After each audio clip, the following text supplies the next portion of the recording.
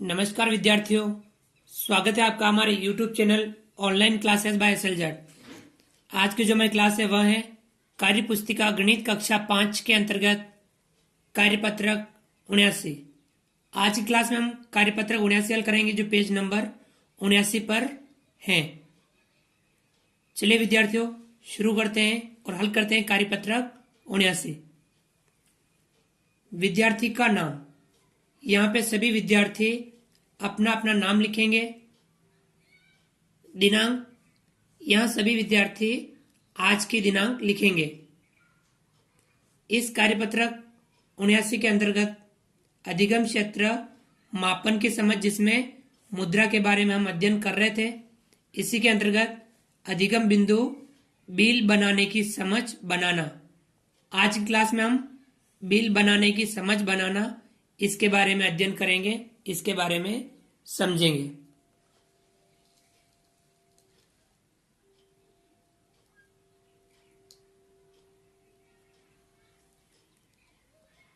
सवाल नंबर 1।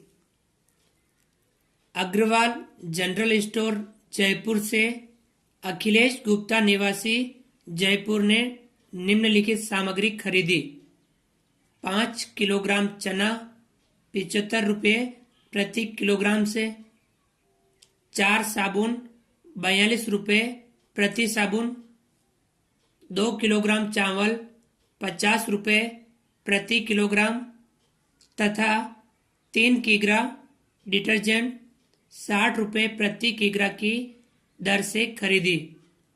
उपयुक्त सामग्री का बिल बनाइए। अब हमें ये जो सामग्री दे रखी है इसके आधार पर हमें बिल बनाना है। तो विद्यार्थियों सबसे पहले हम बिल नंबर लिखेंगे। बिल नंबर यहाँ पे कुछ भी नहीं दे रखा है सवाल में। अगर सवाल में दे रखा हो तो वह हमें बिल नंबर लिखने होते हैं, नहीं है तो हम अपनी, जैसे कि हमने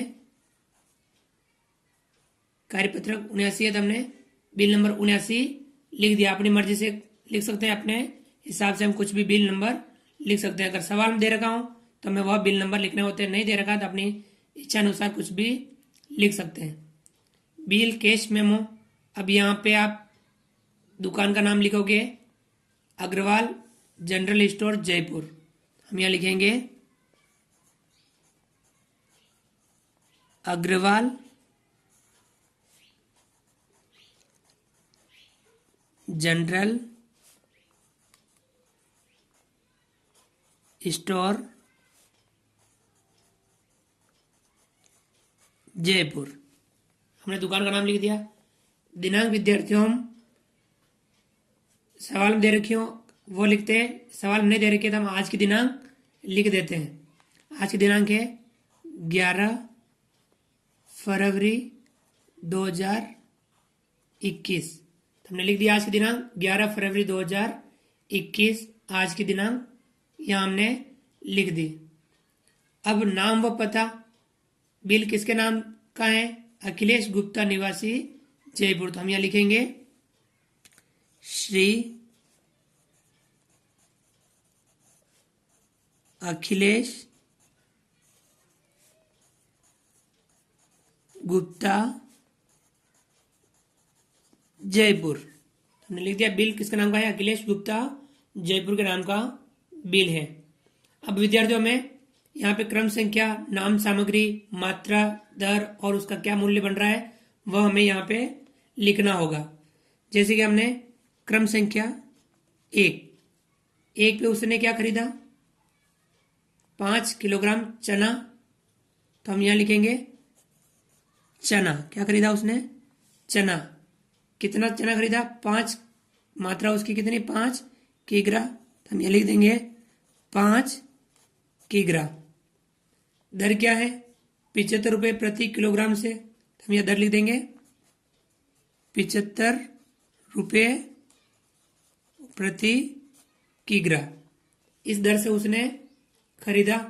अब इसका कितना मूल्य बन रहा है वह हम यहाँ लिखेंगे। 5 का गुणा हम 75 से करके हम यह मूल्य लिखेंगे।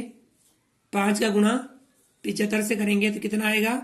हम अलग से गुणा करके इसको हल कर सकते हैं। 5 का गुणा हम 75 से करके यहाँ लिखेंगे। तो यहाँ आ रहा है 375 रुपये।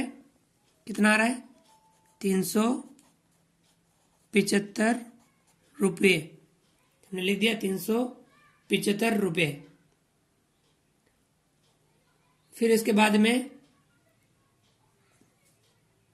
4 साबुन 42 रुपये प्रति साबुन की दर से।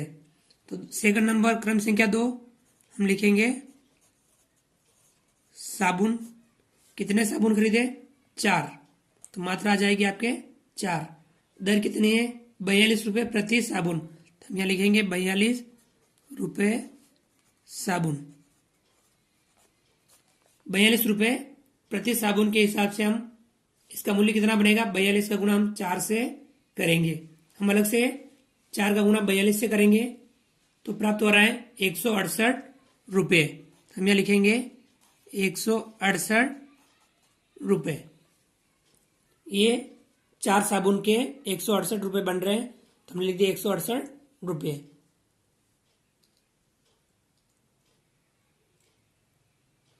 इसके बाद में हम क्रम संख्या 3 साबुन के बाद उसने 2 किलोग्राम चावल खरीदे 50 रुपये प्रति किलोग्राम की दर से। तो सामग्री क्या हो जाएगी? चावल।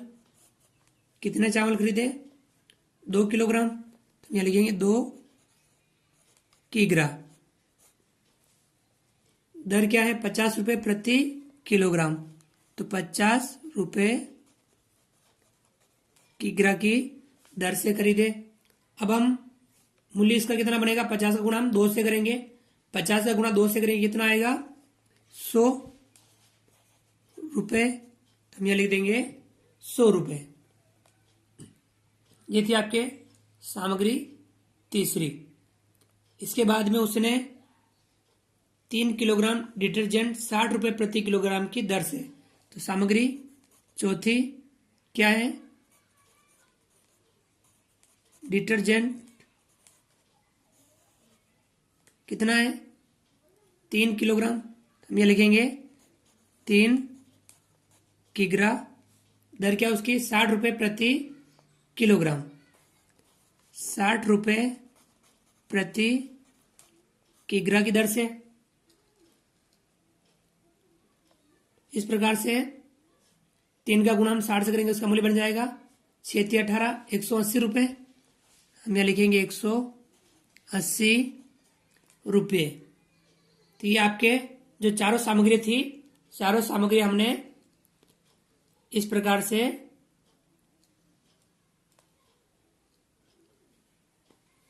क्रम संख्या, नाम, सामग्री, मात्रा, दर और उसका कितना मूल्य बन रहा था, मात्रा का गुणा हम दर से करके यह मूल्य कुल निकाल दिया। 5 का गुणा 75 से 375, 4 का गुणा 42 से 168 रुपये, 2 का गुणा 50 से 100 रुपये, 3 का गुणा 60 से 180 रुपये हमने इस प्रकार से लिख दिया। चारों सामग्री हो गई। अब हम इनका योग करेंगे। इनका योग बन रहा है, इन सबको जोड़ देंगे। 8 5 13, 13 का 3 हासिल लगा 1, 7 और 6 13, 13 और 8 21, 21 और 1 22, 22 का 2 हासिल लगा 2, 3 और 1 4, 5 6 और 1 2 8। कितना हो गया? 823 रुपये। कुल योग कितना हुआ? 823 रुपये कुल बिल बना, 823 रुपये का।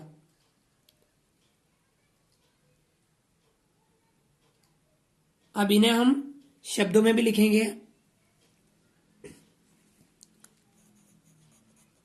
823 रुपये। और यहाँ कौन हस्ताक्षर करेगा? दुकानदार यहाँ पे हस्ताक्षर करेगा। इस प्रकार से आपके यह बिल जो हमने बनाया, कार्यपत्र 79 के अंतर्गत जो हमें बिल बनाना था, वह बिल हमने बनाया। तो विद्यार्थियों, आप सभी इस कार्यपत्र का अभ्यास कीजिए। इसके सवालों को समझिए और अपनी पाठ्य पुस्तक में इस प्रकार से और भी जो बिल बनाने वाले सवाल हैं वे भी आप हल करने का प्रयास जरूर कीजिए। आप हमारे इस वीडियो को लाइक कीजिए। यदि आपने अभी तक हमारे इस YouTube चैनल को सब्सक्राइब नहीं किया है तो नीचे दिए गए लाल रंग के सब्सक्राइब बटन को दबा करके हमारे इस YouTube चैनल को सब्सक्राइब कीजिए। बेल आइकन ऑल नोटिफिकेशन के लिए दबाइए ताकि आप तक हमारे लेटेस्ट वीडियो सबसे पहले पहुंच पाए। आप अधिक से अधिक विद्यार्थियों मित्रों तक हमारे वीडियो शेयर जरूर कीजिए। मिलते हैं अगली क्लास में किसी नए कंटेंट नए कार्यपत्र के साथ में। तब तक के लिए थैंक यू, धन्यवाद। जय हिंद, जय भारत। आपका दिन शुभ रहे।